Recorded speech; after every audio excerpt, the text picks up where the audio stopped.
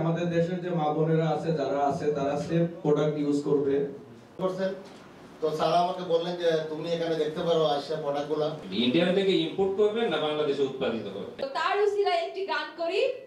আর জন্মভূমি জিজ্ঞাসা থাকে অবশ্যই আমাদের কাছে পেশ করবেন, আমরা আপনাদের গীতিকার।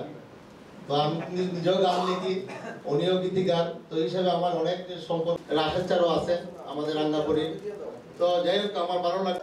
উড়াল পাখি দেশের কথা বলেছে করলাম। হ্যাঁ, আসলে কসমেটিক্স এর বর্তমান বাজারের যে অবস্থা, আমাদের কাস্টমাররাও ভালো নেই, আমরা যারা উদ্যোক্তা আছি তারাও ভালো নেই।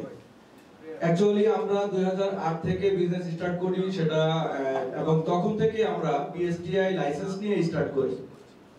তো একটা সেফ প্রোডাক্ট করতে গেলে একটা সেফ প্রোডাক্ট নিয়ে কাজ করতেছি আমরা, যার কারণে আসলে আমরা এত বছর পরেও খুব একটা ভালো কিছু আমরা কিন্তু করতে পারিনি। যদি আমরা নিষিদ্ধ উপাদান দ্বারা কোনো প্রোডাক্ট তৈরি করতাম, যদি আমরা মার্কারি হাইড্রোকোনিয়নের মতো পণ্য ইনগ্রেডিয়েন্টস দিয়ে প্রোডাক্ট তৈরি করতাম, তাহলে হয়তো বা আমরা আরো অনেক আগে আরো ভালো কিছু করতে পারতাম। আমাদের দেশের যে মা বোনেরা আছে যারা আছে তারা সেফ প্রোডাক্ট ইউজ করবে, তাদের কোনো ক্ষতির সম্মুখীন হতে হবে না, এটা হচ্ছে আমাদের উদ্দেশ্য।